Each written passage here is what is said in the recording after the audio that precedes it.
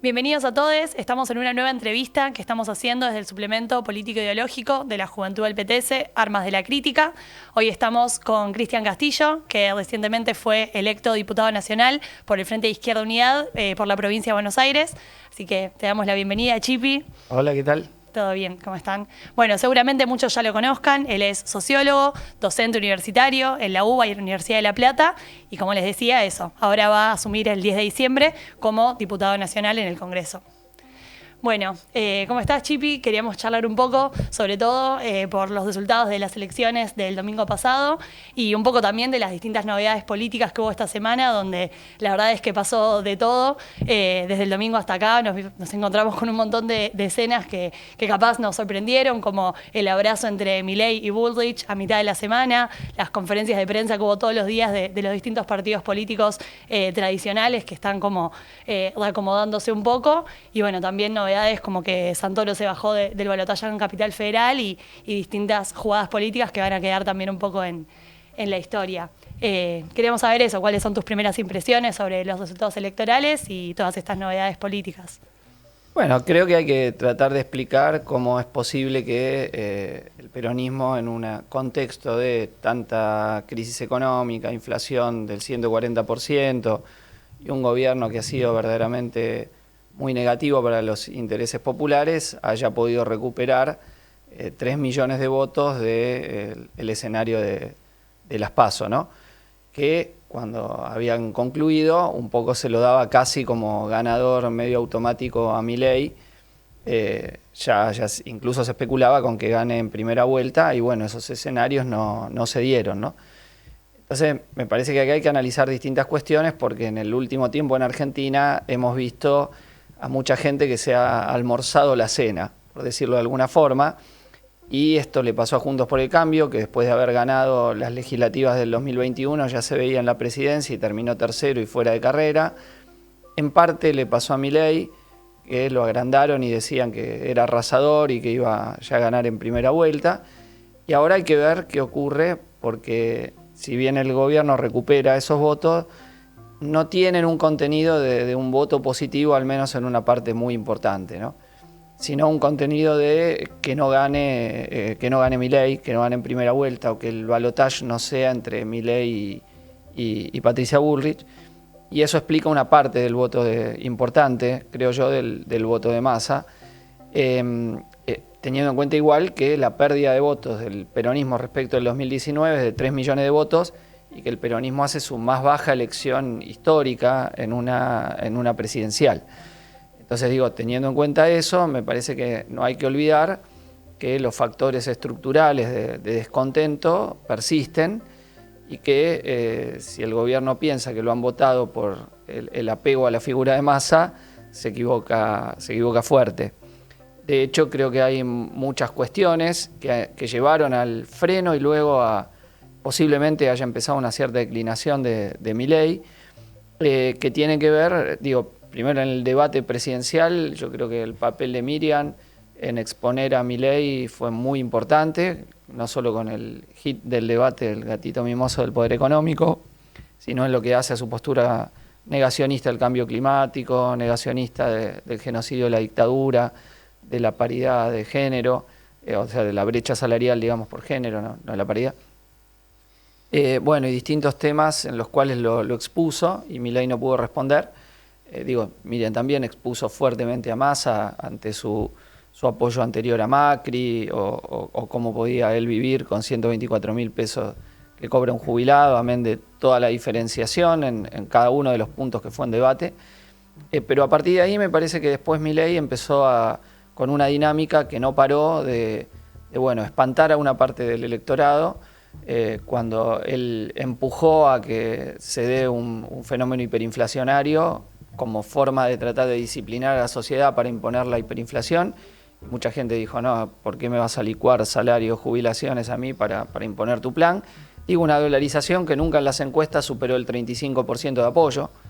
O sea, no es que no tenía apoyo, pero siempre minoritario. Entonces, forzar la hiperinflación era la manera que veía Milei de imponer ese plan. Y después muchas declaraciones de miembros de sus listas o referentes que, bueno, que cayeron mal en sectores de la población y que la asustaron y que hizo que el voto tren fantasma o el voto espanto fuera en parte hacia Massa. Así que me parece que eso explica una parte, y desde ya que después de la devaluación que hubo de las PASO, cuando terminaron las PASO, una devaluación que Massa había acordado con el FMI pero que no había anunciado en las PASO y que inmediatamente golpeó el bolsillo popular y que explica las dos altas inflaciones de más del 12% de los últimos 2 meses, Massa tomó unas medidas para contener eso, el fin del pago de ganancias para los asalariados, o el compre sin IVA,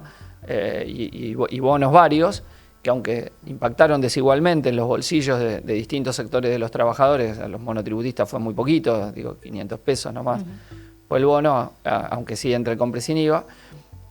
Bueno, eso fueron decisiones que intentaron reposicionar, aparte de la base del gobierno que no había ido a votar, y bueno, y que ahora una parte fue a votar, insisto, por espanto a Milei y un poco lubricada con algunas concesiones que el gobierno se vio obligado a hacer después de haber ajustado en forma muy dura durante todos estos 4 años,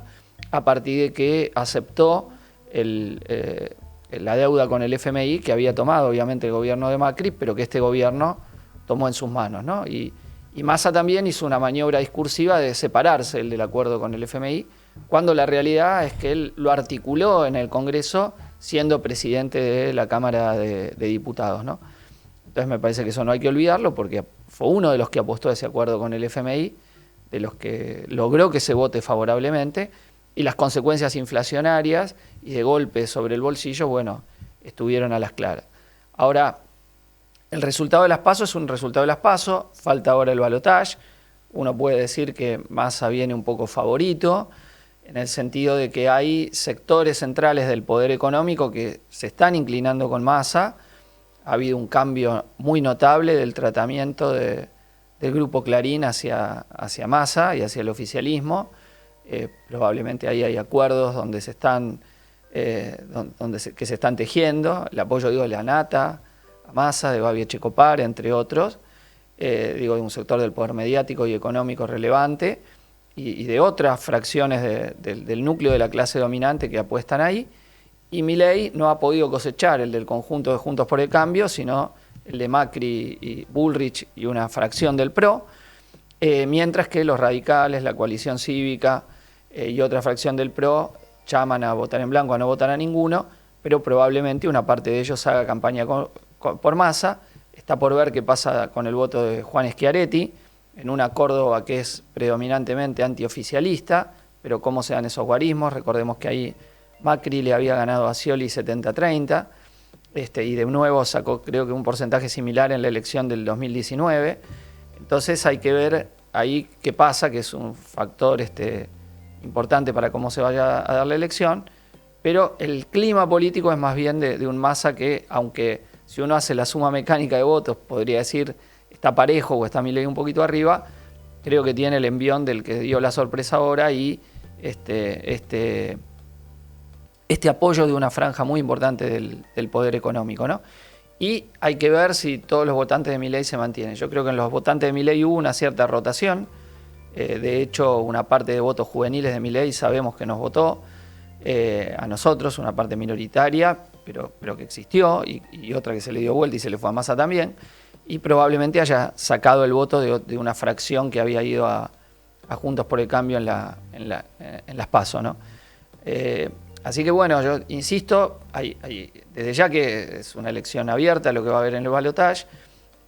pero con dos variantes que preparan a continuidades de ajuste contra el pueblo trabajador y proyectos de continuidad del sometimiento al Fondo Monetario Internacional. Obviamente son variantes diferentes, no son lo mismo desde este ángulo, no expresan el mismo nivel de alianzas políticas, ni bloque social y económico, y además hay un corte también de la derecha internacional, porque Trump está jugando con Macri y con Milei, y Biden está jugando con Massa. Las divisiones en el poder norteamericano también se expresan en las candidaturas, Pero en ese contexto, insisto, es la candidatura de Milei ni hablar, la candidatura de Massa es una candidatura fundamentalista, al servicio de las patronales, ajustadora del pueblo, de alguien que expresa a la derecha de la coalición de gobierno, la derecha más conservadora de la coalición peronista de gobierno, y que bueno, que en su momento ya estuvo cogobernando con Macri al principio de su gestión, y bastante más todavía con María Eugenia Vidal en la provincia de Buenos Aires durante los 4 años de gestión de Cambiemos. Acordémonos cuando fue a Davos con Macri, y después cuando votó el acuerdo con los fondos buitre en el Congreso, entre muchas otras leyes que Massa favoreció de Mauricio Macri, que fue una de las preguntas que le hizo Miriam, si podía explicar eso, y hizo malabares para salir de ahí, para que se olvide ese macrismo explícito que tuvo Massa en la primera parte del gobierno de Mauricio Macri. Y bueno, y que los trabajadores y las trabajadoras tienen que prepararse para salir a pelear a las calles el ajuste que vaya a ser cualquiera de las dos fórmulas que resulte ganadora.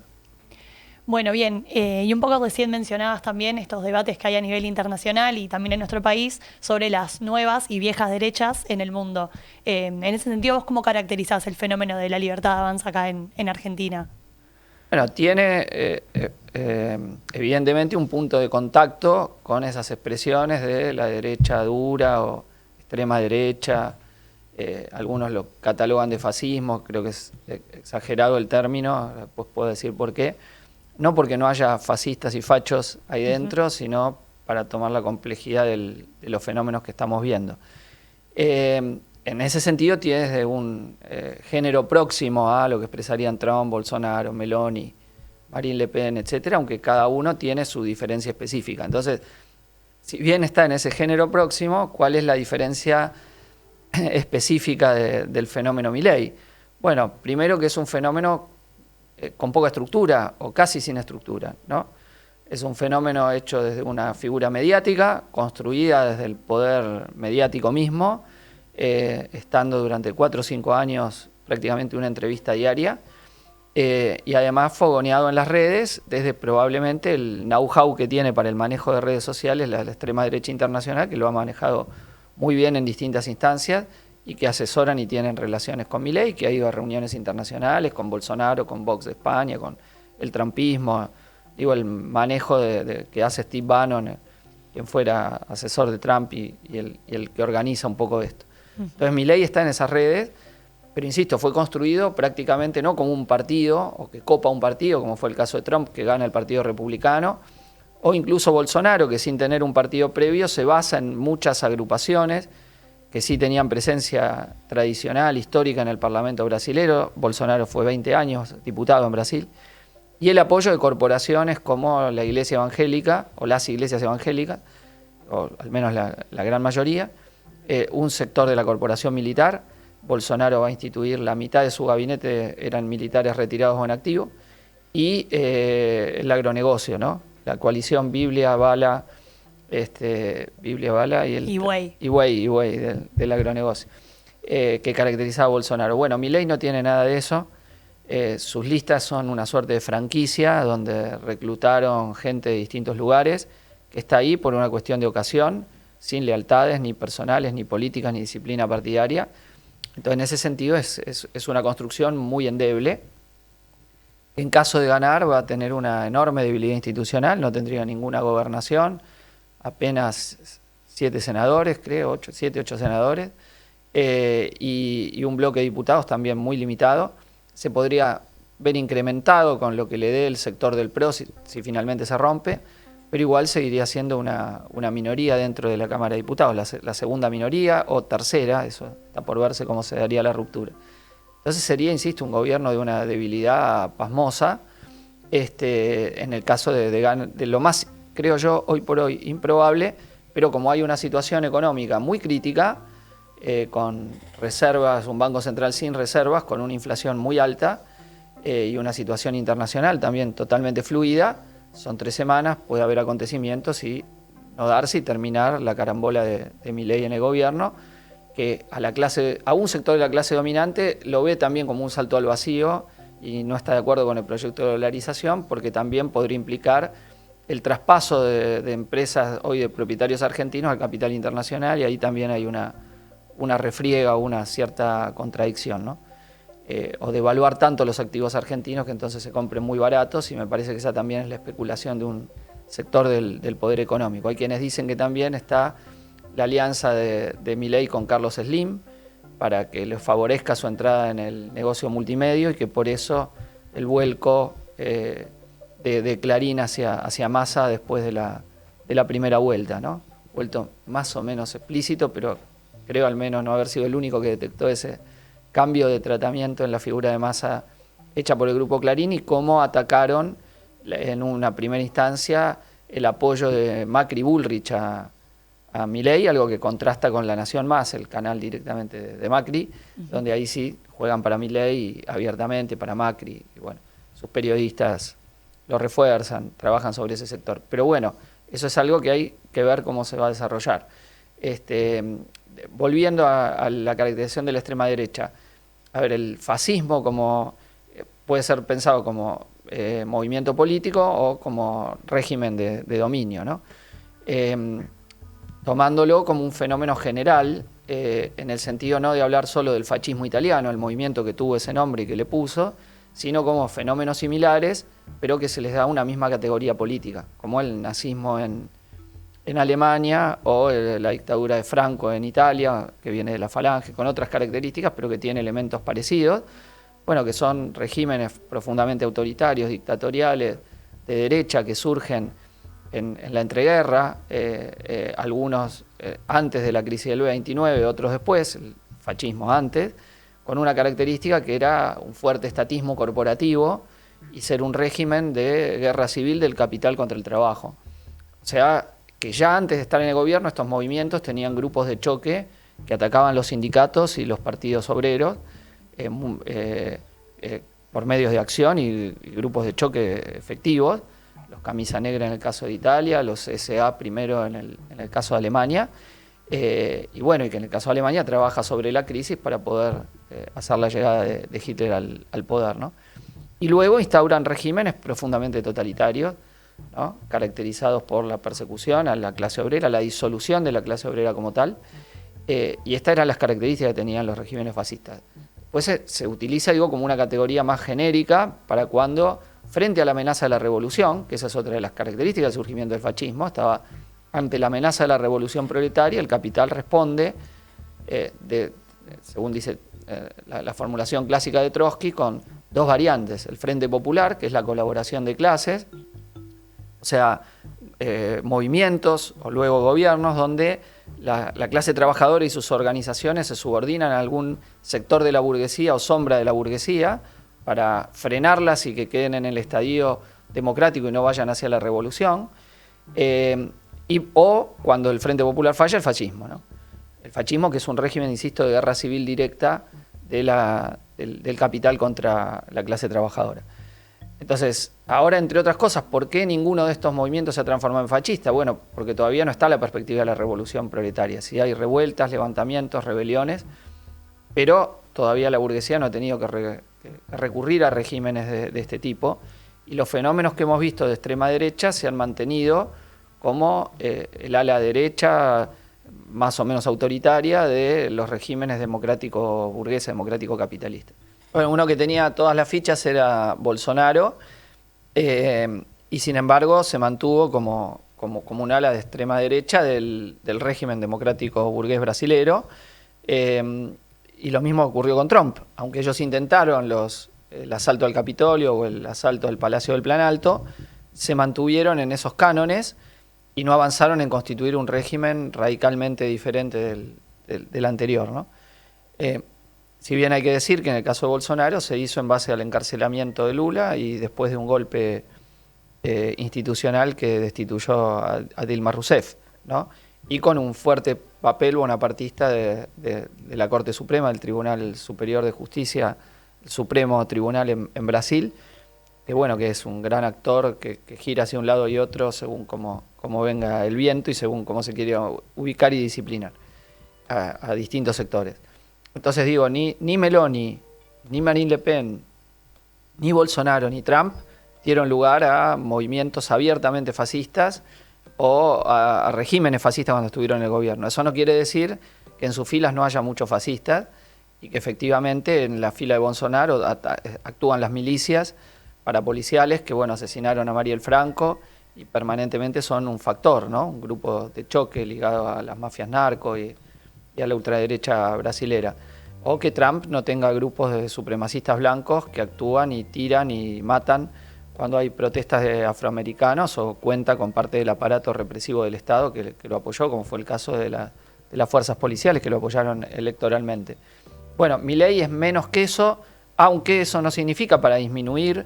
lo que expresa una fracción del fenómeno Milei, que es el apoyo predominante de toda la corporación militar, lo que en Argentina se llamaba el partido militar, ahora que entra en crisis después de la dictadura y después, sobre todo, tiene una derrota después del último alzamiento cara pintada, el que comanda Zein el-Din,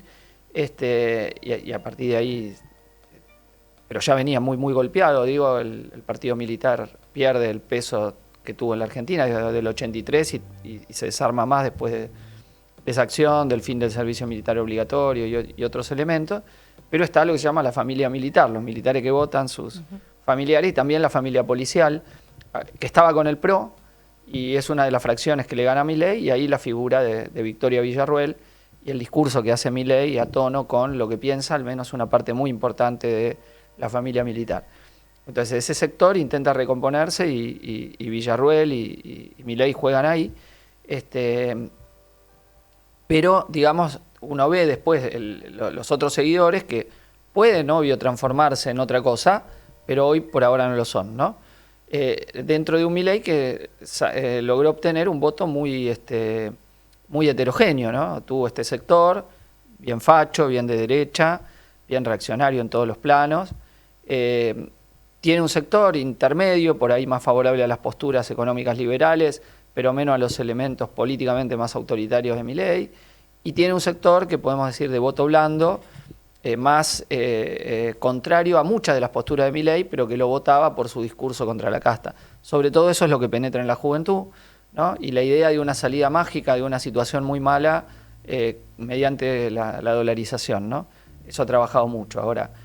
el propio Milei es individualmente inestable, como se ha mostrado en algunas entrevistas, eso también le preocupa a una parte del poder económico. ¿Hasta dónde va? Puede haber tenido algo del mareo del poder, ¿no? Alguien que estaba en un lugar y aunque posaba y jugaba ese discurso de agresivo, de atacar a las personas individualmente, no por las ideas, y ese estilo que lo tienen muchas formaciones de extrema derecha y personajes de la extrema derecha como forma, digamos, habitual, que eso lo puede haber copiado. Bueno, en estos días, después de que sufre un cierto traspié en la elección, donde obtiene menos de lo que esperaba y Massa obtiene más de lo que se pensaba que iba a sacar, se lo ve más desencajado en algunas apariciones públicas a Milei, ¿no? Entonces ese probablemente otro factor. E insisto, que tiene un movimiento que no se sabe hasta qué controla de eso, ¿no? Yo creo que esa es la característica específica, por eso yo creo que hay hipótesis. Obvio que si Milei llega a ganar, desde el poder se construye un movimiento, desde el gobierno, las lealtades quedan, surgen, es una cuestión, puede construir un partido neoconservador con Macri, el apoyo de Macri tiene también la función de moderarlo, limitarlo a Milei, de los sectores que se juegan ahí, que no quieren que gane Massa, de Macri y de Patricia Bullrich me refiero. Pero bueno, es una hipótesis, puede consolidarse, digamos, una formación política más a la derecha todavía que Juntos por el Cambio, sin los radicales y la coalición cívica, con un ala del PRO más lo que haya de la Libertad Avanza, si gana. Si pierde,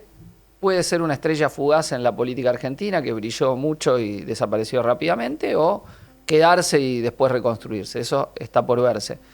Pero tiene muchos elementos que su movimiento difícilmente lo mantenga. Inclusive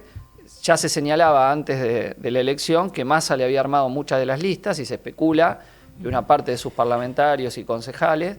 podrían renunciar o salir de su bloque, están especulando en qué momento lo harían, en función de que tienen otras lealtades políticas, ¿no? Otros armadores.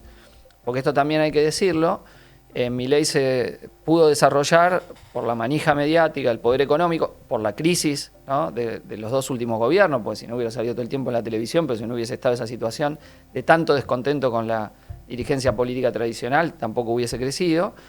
Y también porque tanto Juntos por el Cambio como el oficialismo especularon con que les convenía que crezca Milei. Juntos por el Cambio para derechizar la agenda, y Macri lo fogoneó desde un primer momento a Milei, pero no solo Macri, todos Juntos por el Cambio lo favoreció, quizá con excepción de Larreta, a quien atacó mucho a Milei desde un principio, lo acusó hasta de bolchevique. La Unión por la Patria también, con la especulación que dividía el voto de Juntos por el Cambio. Entonces le dieron manija, lo alentaron, le armaron varias listas, le permitieron tener más peso estructural del que en realidad contaba, y bueno, eso lo favoreció. Lo que pasa es que terminó sacando más de lo que todos especulaban, antes de las PASO, que especulaban que salía tercero, y sobre todo por un voto en el interior del país. En el AMBA sacó dentro de lo previsible, 17 en Cava, 23 en la provincia de Buenos Aires, digo, en las PASO. Bueno, era un voto dentro de lo previsible, pero creció mucho en el interior del país, donde en el norte, sobre todo, volvió a ser una elección muy buena, en el norte y en Cuyo, que son los principales resultados de Javier Milei. Córdoba es otra buena elección que hace, pero después decae en otros distritos y bueno, y vuelve a redondear unos 29%, veremos ahora el escrutinio definitivo, pero no tuvo el crecimiento que se veía que iba a tener, y sí que tiene masa de 3 millones de votos respecto a la elección anterior y una suba del 28, perdón, 27 y pico, no llegó al 28, casi 37, 36,68, 36,70.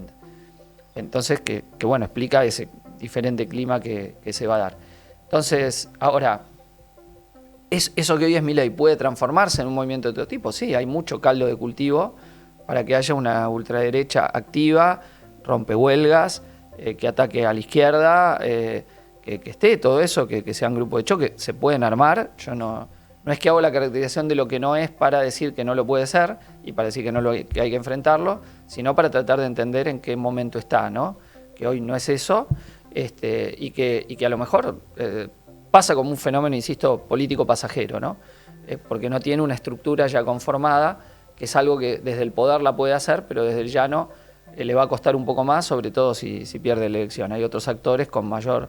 fuerza para hacerlo. Y hay que ver si va a tener financiamiento y el apoyo que tuvo todo este tiempo de no hacer repreguntas, digamos, el aval por una u otra vía. En nuestro caso fue enfrentarlo desde un primer momento, ¿no? Porque recordemos el debate del año 2021, cuando Miriam lo puso de manifiesto a Milei también y lo enfrentó duramente, y incluso había anticipado que iba a ser una colectora de Macri y de Bullrich, y lo terminó siendo Esper con Larreta y Milei con ahora aliándose con Macri y Bullrich, lo cual hay que ver si no le tiene costo para una parte de sus votantes que votaban contra la casta, y ahora es la alianza con un sector de la casta. Y bueno, y lo enfrentamos todo el tiempo, ¿no?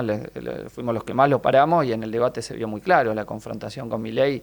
fue esencialmente de Miriam. Casi es difícil acordarse lo que le dijeron algunos de los otros candidatos, que le dijeron pocas cosas. Y nada sustantivo, entre otras cuestiones, porque bueno, opinaban que no había que pelearse, no había que discutirle. Bueno, no, hay que pararlo, hay que enfrentarlo. Y yo creo que hay que disputarle ese voto blando, esa base, sobre todo de jóvenes precarios y de barrios populares, que por ahora fueron ganados por una idea de una salida individualista, porque por ahí no tienen derechos colectivos y tienen un trabajo más individualizado, o por la magia de la dolarización, y hay que trabajar en contra de esa idea reaccionaria, que va acompañada, al menos en otra parte de los votantes, por una reacción a la marea verde y contra los derechos de las mujeres, por un elemento de defensa del patriarcado, que bueno, que una parte de los jóvenes fueron ganados en contra, digo, de uno de los movimientos más progresivos que tuvo la Argentina en los últimos años, sin ninguna duda, que ha sido el movimiento de mujeres, ¿no? Entonces, ese componente más masculino, pero es masculino no solo porque lo votan los hombres, porque es patriarcal, porque refuerza el poder de dominación en las relaciones de género, y bueno, eso hay que discutir, y hay una discusión en ser activa. Y tengo que mencionar un factor muy importante, porque durante estos 4 años de gobierno de Alberto Fernández, desde los sindicatos hasta los movimientos sociales, hasta los centros de estudiantes o los sectores del movimiento feminista afines al gobierno y en otros movimientos,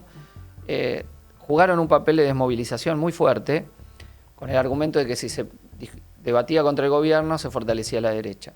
Y eso fortaleció a la derecha, porque justamente cuando no se ve salida colectiva, cuando no hay movilización del otro lado, bueno, puede prender la idea de una salida individualista, que fue lo que cuajó, ¿no? Porque hubo objetivamente 2 años de pandemia y desmovilización, eso posiblemente también favoreció a Milei, la idea de que enfrentaba un gobierno progresista o de centroizquierda, y entonces eso también ayudó a que la reacción y el descontento sea canalizado por una salida individualista de derecha, pero más allá del objetivo de la pandemia, la desmovilización general y este argumento, ¿no?, de que si se movilizaba se le hacía el juego a la derecha y a cualquier lucha se la llamaba de esa manera. No es que no hicieron movilización, hicieron, pero ninguna que enfrente al gobierno. Todas las que enfrentaba al gobierno estaban sosteniendo al gobierno, más allá de alguna crítica puntual. Ni hablar lo que hacen en condiciones del salario y de trabajo, donde se consolidó la dualización de la clase trabajadora. Entonces los sindicatos trataban de acompañar la inflación en el debate de los convenios, aunque perdiendo en general, para sus afiliados, pero a todos los laburantes que estaban fuera de los convenios, que te defienda Magoya. La mayoría de esos laburantes son jóvenes, y hoy por eso la mayoría de la juventud trabaja sin aguinaldo, sin vacaciones, con forma de fraude laboral o directamente en la informalidad. Y no hay nadie que trabaje para dar a esto una salida colectiva, ¿no? Entonces, sobre esa realidad es que trabajó Milei, enfatizando en la salida individual, en que vos te podés hacer emprendedor, salvarte solo, para qué la organización colectiva,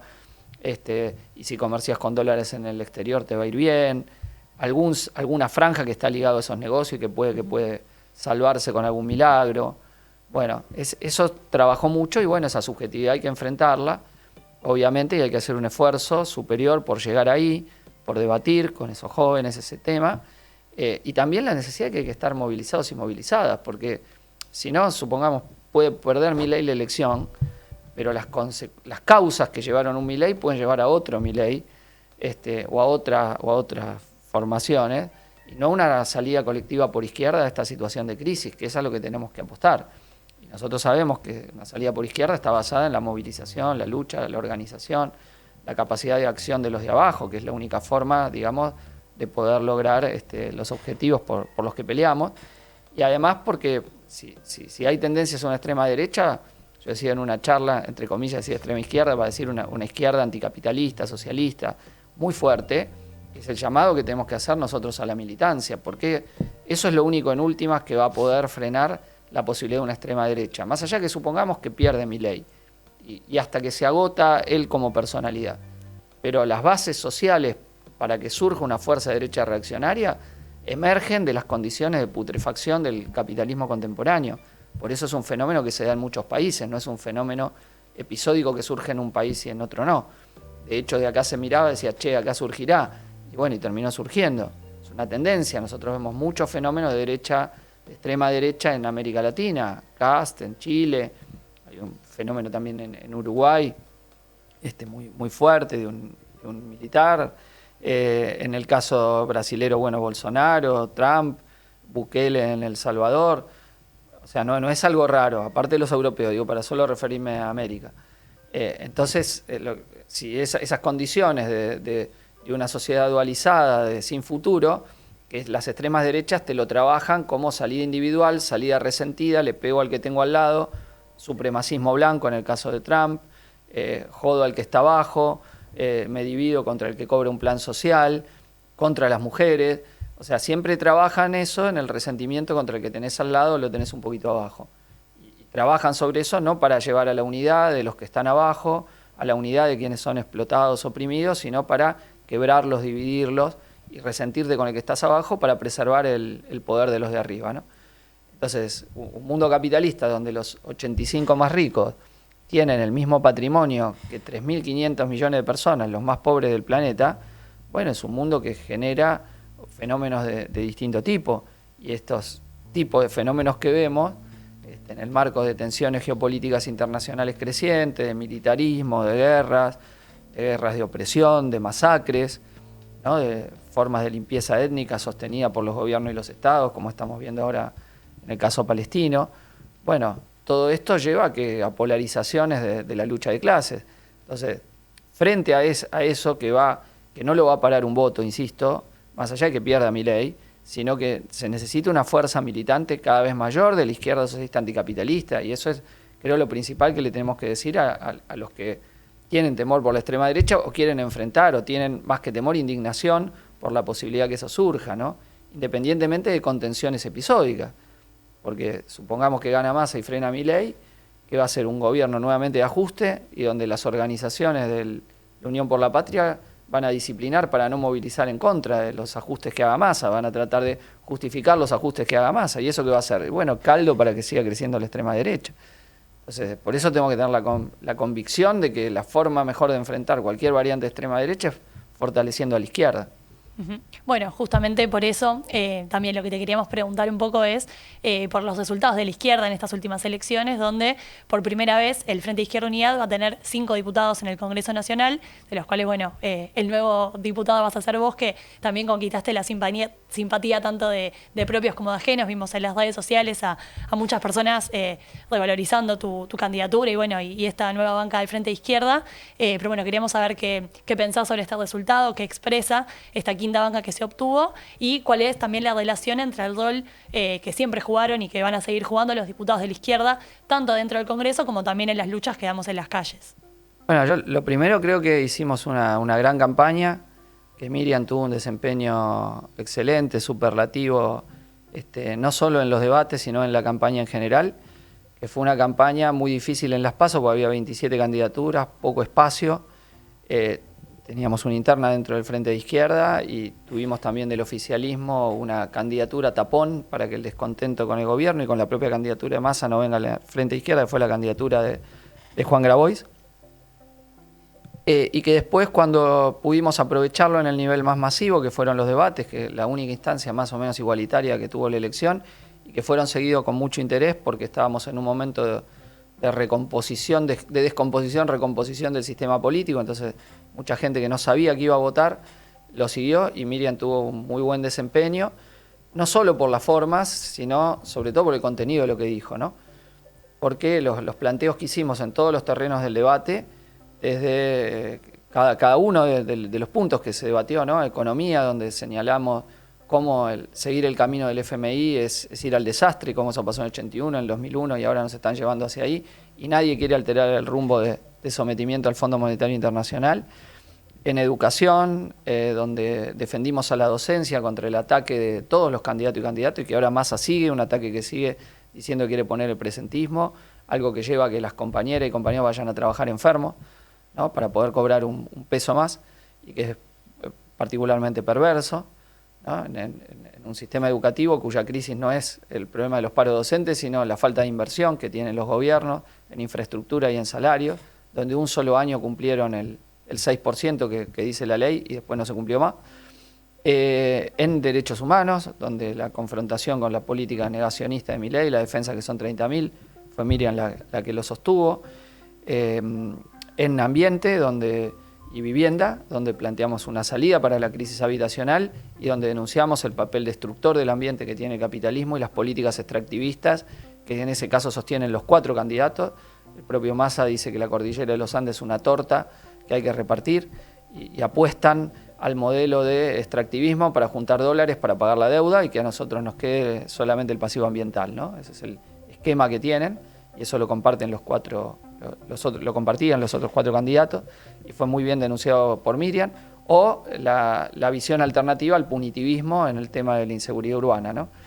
Frente a todos los que hicieron el punitivismo, Miriam marcó la relación que hay del poder político, de las fuerzas represivas, de la justicia, con el gran delito y cómo eso se apoya en condiciones de descomposición social estructural que todos miran para otro lado y piensan que no tiene después ningún efecto, ¿no? Producir un 40% de pobre y que eso después no se note. Y eso se nota desde el rendimiento escolar hasta la inseguridad urbana y hasta la vulnerabilidad creciente de un sector de la población que es reclutada por las bandas o el favorecimiento de los negocios narcos con todo un andamiaje jurídico-económico que facilita los negocios desde la ley de entidades financieras de la dictadura, porque facilita la fuga, hasta la última ley que se votó bajo el macrismo, que facilita cómo hacer empresas con las cuales se hace lavado, ¿no? Y que todos miraron para otro lado, a pesar que la izquierda lo denunció en ese momento. Es decir, cada uno de los temas que se debatió, nosotros dimos una posición alternativa, y si no estaba Miriam, nadie hubiese planteado efectivamente esa visión, en la cual se vio reflejada mucha gente, y no solo eso, sino que en el debate planteó también la necesidad de luchar por un socialismo desde abajo, frente a las irracionalidades del capitalismo, donde la economía sea planificada democráticamente por la población, en función de satisfacer las necesidades sociales y no la ganancia de los grandes monopolios como funciona en el capitalismo. Entonces me parece que estas ideas que expresamos tuvieron mucha simpatía y vimos enormes muestras de esa simpatía, de respeto ganado por Miriam, y bueno, y esa es una conquista política, que me parece que no se expresó en un crecimiento electoral respecto de las PASO en lo que hace al porcentaje, sí en la cantidad absoluta de votos, por el miedo a Milei, ¿no? Creo que una parte de potenciales votantes del Frente de Izquierda dijeron, por el mal menor, termino yendo a Massa y no los voto a ustedes esta vez, o los voto con corte de boleta, o no los voto y voto directamente, tengo a ver lo que puede pasar, etcétera. Bueno, que fue, me parece, lo que limitó que eso tenga ya una expresión electoral, pero nunca se puede separar, digo, de lo que es la enorme conquista de la influencia política que hemos logrado. O, digo, en el propio debate presidencial, la discusión, en el segundo, la discusión sobre el tema palestino, donde junto con señalar el dolor por las víctimas civiles, Miriam señaló cómo el conflicto tiene como base la ocupación y el apartheid del Estado de Israel sobre el pueblo palestino, e intentaron callarla fuertemente a partir de toda una campaña de fake news y de amenazas, para que nadie denuncie la limpieza étnica y los crímenes de guerra generalizados y masacres de adultos y de niños que está cometiendo Netanyahu sobre la población palestina de Gaza. Así que creo que, bueno, eso distinguió claramente la posición de Miriam, y eso es lo que le ganó simpatía, las posiciones defendidas y la manera en la cual lo hizo, ¿no? Los dos elementos estuvieron juntos y fueron un punto alto de nuestra campaña. Ahora, eso es es un valor político para después. Y para nosotros, obvio, los diputados, diputadas en sí mismos no tienen un valor. Yo digo, creo que mi elección como diputado es también un subproducto de esa gran campaña que hizo Miriam y Nicolás, que la acompañó en toda la campaña, tanto en las elecciones provinciales como ahora, Nicol Caño, que los compañeros fueron, digamos, los que tuvieron el rol central, después como parte de la fórmula presidencial. Para nosotros no son un fin en sí mismo, como ningún electo, sino que son bancas al servicio de la lucha de clases, la lucha de los trabajadores y de organizar una nueva fuerza política de la clase trabajadora, donde desde la izquierda apuntemos a eso que supere históricamente al peronismo. Y ese es el objetivo que nos tenemos que dar, y la simpatía cosechada tenemos el desafío partidario de ver si la ponemos en movimiento, ¿no? Sobre todo con Miriam se han visto reflejadas muchas compañeras, ¿no? Que han visto ese rol de liderazgo de Miriam y esa expresión de lo que fue la lucha del movimiento de mujeres y la posibilidad de empezar a organizarse, ¿no? Y me parece muy importante apuntar a eso, porque la reacción patriarcal se asentó en la desmovilización del movimiento de mujeres hecha desde arriba, ¿no? Y eso el gobierno de Alberto Fernández trabajó para esa desmovilización, no solo de todos los sectores. Ellos no querían gente en la calle, querían ellos gobernar y que no los molesten, como hacen todos los gobiernos, y la calle no la quieren. Entonces, digo, esa necesidad de volver a las calles, que me parece que hay que expresarla, y hacia el planteo de la necesidad de un fuerte movimiento feminista socialista, ¿no? Para que eso se desarrolle y esa simpatía no quede en simpatía o en algo electoral, sino en una fuerza militante, donde quizá pueda jugar un rol de vanguardia este sector a partir de la enorme simpatía cosechada por Miriam, y también digo más de conjunto, ¿no? Donde muchas y muchos se vieron reflejados en la manera en que defendimos las ideas de la izquierda, la necesidad de plantear el socialismo como alternativa a la irracionalidad del capitalismo, que me parece muy importante, y entonces a quienes simpatizaron con nuestras ideas tenemos el desafío de convencerlos de la idea que hay que militar, que hay que prepararse, digo, para enfrentar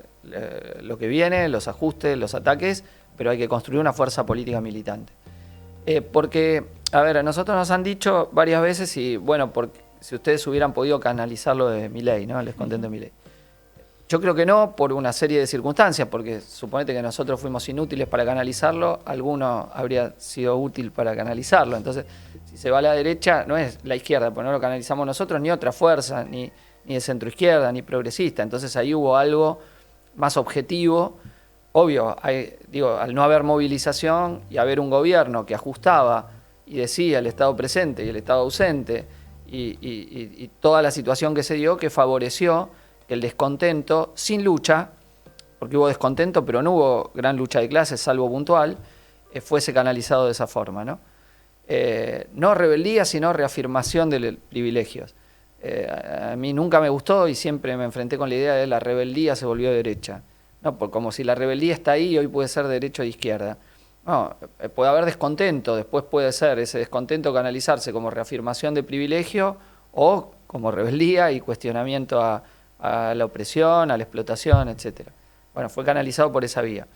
No digo con esto que quizás no se hubiese podido hacer más, siempre se puede hacer más y probablemente, pero digo que no era la tendencia que fue dándose, que se fue construyendo.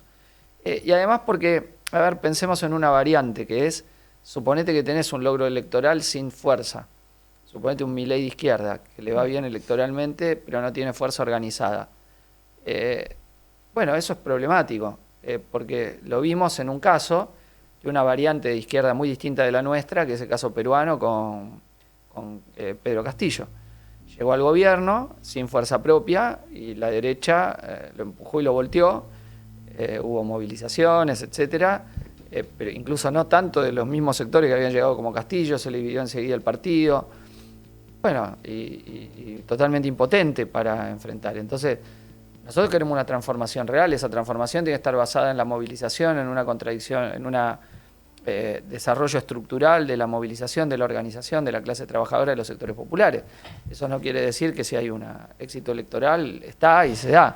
pero estoy diciendo más como perspectiva de conjunto. Sin estar basada en un proceso de lucha de clase, de movilización, esas transformaciones es muy difícil que se puedan llevar adelante, por no decir imposible, porque hay que quebrar a una clase dominante que va a resistir cada uno de los planteos que nosotros hagamos de cambio de fondo. Y para eso hay que tener una fuerza dispuesta a pelearla. Entonces, independientemente que si no estaba tan fuerte este efecto voto-miedo, yo creo que hubiésemos podido tener una votación superior, nosotros tenemos que hacer conscientes a quienes nos siguen, a quienes nos votan y a quienes simpatizan con nosotros, que sin esa fuerza organizada, sin la capacidad de lucha, sin la capacidad del desarrollo de la movilización, las transformaciones por las que peleamos no las vamos a poder llevar adelante. Eso somos plenamente conscientes, independientemente de un resultado electoral. Y estamos en la Cámara de Diputados o en algún Consejo Deliberante o en alguna legislatura sabiendo plenamente eso y que para nosotros son puestos de lucha para llevar la voz de los que ahí no están, para decir lo que otros no dicen en el Parlamento Nacional, y eso es un lugar de amplificación de los debates y las posiciones, para movilizar a los trabajadores, para ayudar a la movilización de los trabajadores, como hicimos cuando fue el caso del Fondo Monetario Internacional,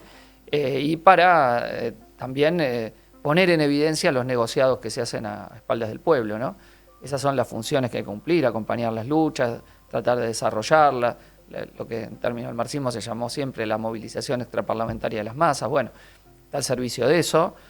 cada banca que nosotros conseguimos, cada lugar, y bueno, y ahí damos la disputa. Entonces, a mí me parece que es una pregunta a veces forzada, como si cualquiera pudiese hacer cualquier cosa, y nosotros somos todavía una minoría. Tenemos que ser conscientes de los límites que tenemos, no somos minoría por vocación, pero lo somos objetivamente, una minoría que tiene una audiencia mucho mayor de lo que tenía, que tiene un nivel de simpatía infinitamente mayor de lo que tenía, y que tiene que buscar construir una militancia muy superior a la que hoy tiene, ¿no? En el seno de los sindicatos, en el seno del movimiento estudiantil, en el seno de los barrios, en el seno de todas las instituciones que podamos discutir, del movimiento de masas, que tiene que tratar de organizar a los desorganizados de alguna forma, tiene que esforzarse, y bueno, son tareas y planteos que nosotros tenemos por delante, porque nosotros no militamos para tener un cargo electoral, eso es algo episódico, sino que militamos para transformar esta sociedad como parte de la lucha de la clase trabajadora por terminar con la explotación y la opresión, y cualquier banca, cualquier lugar que tengamos está al servicio de eso, independientemente que bueno, que cuando tenemos pequeñas conquistas podemos poner contentos, está bien, la logramos, y yo agradezco mucho a los compañeros y compañeras que me saludaron en La Plata y acá en la UBA, y a todos los que nos saludaron y nos felicitaron por la banca obtenida. Pero es eso lo que tenemos, ¿no? Es en función, digo, de la lucha y del papel que una nos toca circunstancialmente jugar, ¿no? Pero vuelvo, para mí, insisto, que yo creo que Miriam hizo una campaña muy buena desde el punto de vista político, desde el punto de vista de lograr que muchas y muchos que pelean en distintas causas la tomen como referencia, estén escuchando lo que dice, su palabra vale mucho más de lo que valía antes de la campaña electoral, en el sentido que es una referencia que se toma en cuenta, y me parece una enorme conquista política del Frente de Izquierda, de nuestro partido en particular, que ahora vamos a tener 4 de los 5 diputados del Frente de Izquierda, y tenemos un desafío importante para utilizar ese capital político, insisto, y lo remarco y lo refuerzo para quienes nos están escuchando y las jóvenes y jóvenes que lo están haciendo, sobre todo para disponerse a la militancia, ¿no? Esto si no hay una militancia colectiva consciente no se cambia, no es automático, no es porque hablemos mejor o peor en un debate, pues nos voten más o menos, sino es que hay que construir esta fuerza militante. Entonces tenemos nosotros que también esforzarnos por desplegar el entusiasmo que puede generar la construcción de una fuerza política de izquierda, anticapitalista, socialista en la Argentina, que es a lo que apostamos siempre desde el PTS, pero quizá veremos si lo logrado en la campaña electoral nos permite favorecer un crecimiento militante, ¿no? Por lo menos tenemos que apostar a eso. Nosotros hemos debatido, digo, con otra fuerza de izquierda, que la influencia política es importante, obviamente, y es relevante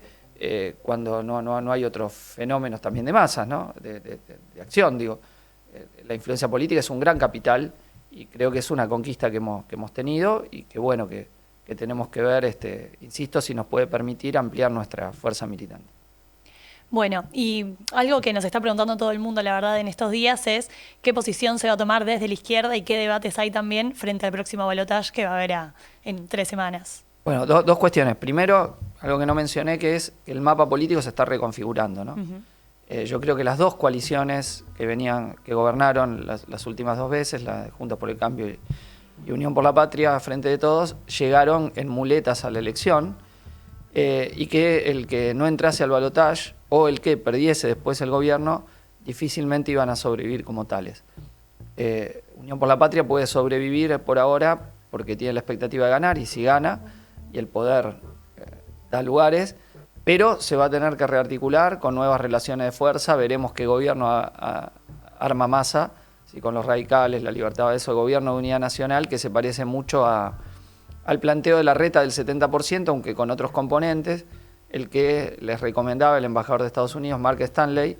hacer a Larreta y a otras fuerzas políticas, y que ahora el que lo puede llevar adelante es Massa, ¿no? Entonces, es para darle gobernabilidad a la burguesía y seguir el plan de sometimiento al FMI. Eso quizá tenga contradicciones internas, vamos a ver si se expresan o no se expresan. Pero es un cambio, digo, de las relaciones de poder interno que vamos a ver cómo se terminan de procesar. O sea, no es que ya hay un liderazgo indiscutido de Massa, sino que veremos cómo eso se reacomoda. Y además está Kicillof en la provincia, bueno, la propia Cristina, que no es que una cosa es que no hable y otra cosa es que no retenga elementos de poder dentro del peronismo, y los gobernadores, que son otros actores, probablemente hoy más aliados a Massa, pero vamos a ver cómo eso juega. Juntos por el Cambio está en un proceso de partición, veremos hasta dónde llega, queda lugar a eso. Son un factor de poder los gobernadores que ha logrado Juntos por el Cambio, pero bueno, eso hay que ver cómo va, y si eso se parte en un partido por un lado y otro donde hay una alianza de Macri con la Libertad Avanza. Y la Libertad Avanza, donde también al ser una franquicia ya se le empiezan a bajar algunos, veremos lo que pasa después. Yo dije en el programa, cuando estuve en el programa de Ale Berco el día después de las elecciones, el lunes, dije, ojo que la Libertad Avanza se puede disgregar, empezó más rápido de lo que yo pensaba, algunos a pronunciarse, pero bueno, hay que ver, insisto, si pierde, cuánto de eso se mantiene. O si son franquicias individuales que se empiezan a vender al mejor postor, que es, me parece, la hipótesis más probable. Bueno, en ese terreno, nuestra postura frente al balotaje. Vamos a terminar de definir los contornos precisos de una declaración en estos días. En el caso del PTS, el Frente de Izquierda, hemos discutido, cada partido va a sacar su pronunciamiento y en función de eso tratar de consensuar. En nuestro caso, estamos discutiendo ese pronunciamiento dentro de los márgenes de que no le vamos a dar apoyo político a ninguno, no vamos a aceptar el Ministerio de Capital Humano de Milei, eso lo aseguro. Para sorpresa de nadie. Para sorpresa de nadie, y no lo vamos a votar, y no le vamos a dar apoyo político a Sergio Massa, porque no queremos fortalecer de nuestra parte una fuerza que va a ajustar al pueblo a favor del sometimiento al FMI, del extractivismo y de seguir entregando todo. Comprendemos a quienes opinan que hay que apoyarlo para frenar a Milei, por el temor que da Milei, pero no compartimos esa opción. Creemos que la izquierda tiene que mantenerse independiente y veremos la forma precisa de expresar esto. Primero nosotros como partido y luego para tratar de consensuar la posición al interior de todo el Frente de Izquierda Unidad. Así que bueno, eso es lo que te puedo decir hasta ahora de la posición del balotaje. Ya prontamente tendremos nuestra declaración y a partir de eso ver cómo podemos entre las distintas posiciones que salgan del FITU hacerlo.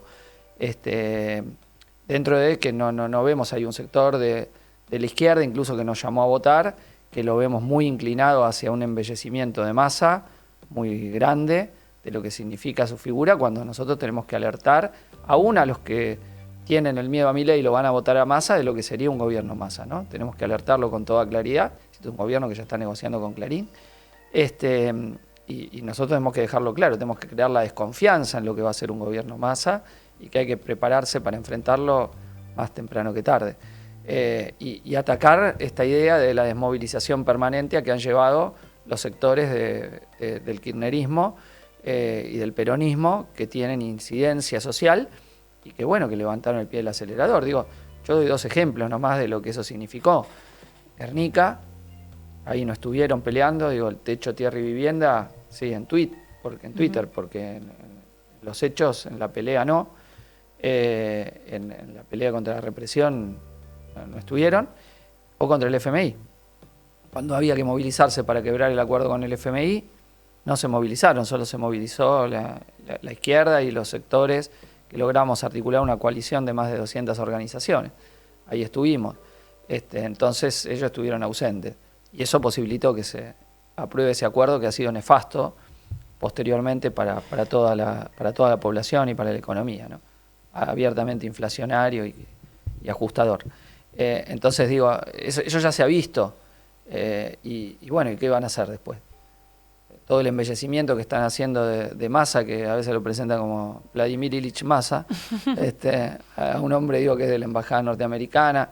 digo, de un peronismo que no ha dicho nada sobre la masacre que sufre el pueblo palestino, nada. En la sesión del Parlamento donde se discutió el tema, los únicos diputados que hablaron fueron Miriam y Nicolás y Romina del Pla, los demás silencio. Solo habló más adelante en otro tema, lo nombró la diputada del PCR por Salta, pero nadie más, después de todos los diputados del Frente de Todos, incluso los que se decían simpatizantes del pueblo palestino, se callaron la boca frente a lo que ya empezaba a ser una masacre abierta al pueblo palestino, y es lo que estamos viendo ahora, ¿no? Donde hay una masacre brutal en Gaza y mientras se movilizan centenares de miles en todo el mundo, todos se callan la boca, y mientras nosotros, el Frente de Izquierda, lo anunciamos clara y abiertamente y señalamos nuestra solidaridad con la lucha del pueblo palestino y bueno, venimos participando de distintas manifestaciones y vamos a estar en otras, independientemente de no compartir ni la estrategia, ni la táctica, ni los métodos de una dirección como es el Hamas, ¿no? Bueno, ya para ir cerrando, no sé si querés agregar algún elemento más sobre los desafíos y las contradicciones también que se nos presentan a la izquierda en este contexto y bueno, para las peleas que se vienen en el próximo tiempo. Bueno, algunos de los desafíos los planteé, tiene que ver con ver si la influencia política lograda en el proceso electoral nos permite amplificar la fuerza militante. Creo que ese es nuestro gran desafío, una fuerza militante basada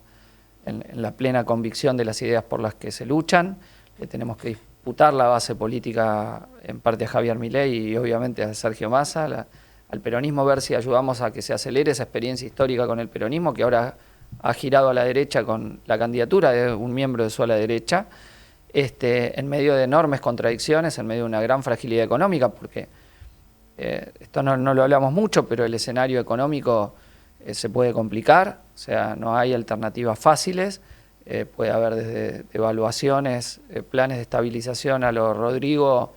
por el famoso Rodrigazo del 75, hasta de golpes de mercado, hiperinflaciones, o intentos más o menos de llevarla como pueden, mientras van ajustando de a poco la continuidad de esta decadencia que vemos,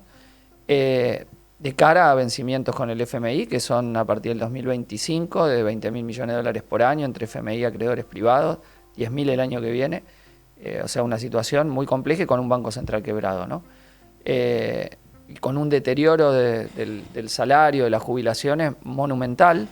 donde hoy la clase trabajadora para llegar a fin de mes tiene que hacer doble o triple trabajo, horas extras, por un deterioro muy muy grande, una transferencia de ingresos de 100.000 millones de dólares, algunos han calculado, o de un auto 0 kilómetros en el otro cálculo que se ha hecho ilustrativo, ¿no? Como que si vos desde que subió Macri pagaste cuotas todos los meses, pero no tenés el auto, se lo diste a tu patrón, eso que le transferiste. Bueno, esa ha sido la pérdida del salario promedio, ¿no? Brutal. Y no hay ningún plan para esa recomposición. A lo sumo, paliativos para la descomposición producto de la inflación, producto de la devaluación. Entonces, por delante, digo, hay una situación complicada, no sabemos los ritmos con el que se va, o no podemos asegurarlo, cuáles se van a llevar la experiencia, si es que gana Massa, si es que está Milei, se puede acelerar todo mucho más, porque un ataque con mucha ilegitimidad, porque hay todo un sector que no está de acuerdo con eso, se va a jugar en la disputa en las calles muy duramente, con una estructura débil desde el punto de vista de la burguesía, con debilidad institucional, entonces puede haber confrontaciones de clase. Sería una aventura burguesa, por eso yo creo que el núcleo de la burguesía apuesta a la gobernabilidad con Massa, mucho más que a la aventura de Milei, aunque haya sectores financieros, etcétera, que jueguen con Milei, pero me da la impresión que eso, que el núcleo de la burguesía lo ve como que con muy poco poder y no sé si puede conseguir los aliados para hacerlo. Entonces, a diferencia de Menem, que tenía el Partido Justicialista y pudo lograr disciplinar, no sin grandes luchas y turbulencias a comienzos de los 90,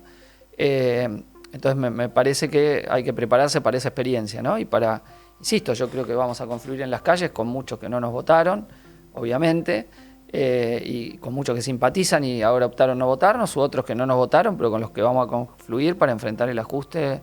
lo haga Milei y se haga todo un poco más rápido, o lo haga Massa y sea más rápido o más lento, pero que en ese proceso de experiencia de la izquierda tenemos que señalar los objetivos estratégicos por los que hay que luchar, a la vez de las banderas de pelea por el que el movimiento de masas tiene que luchar, ¿no? Porque nuestra función también es subir las aspiraciones, no aceptar siempre la resignación. Cuando planteamos la agenda de las 6 horas es para subir las aspiraciones de la clase obrera, para ver que no hay que resignarse a vivir trabajando cada vez más horas por bajo salario, más precariamente, y que la vida sea vivir para trabajar. No, al revés, nosotros queremos que la ciencia y la técnica sea utilizada donde se trabaje para vivir, pero haya vida,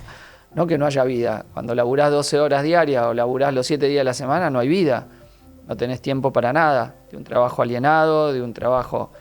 que haces no porque vos querés, sino porque no te queda otra, ¿no? Que no es tu realización personal. Entonces, justamente nosotros queremos una sociedad donde la actividad humana sea la realización de cada persona. Y eso implica cuestionar las formas del trabajo alienado que caracterizan al capitalismo e implica empezar a tener más tiempo libre. La jornada de 6 horas que permitiría crear 1.100.000, 1.200.000 nuevos puestos de trabajo y aplicarse en las principales empresas, 12.000 principales empresas,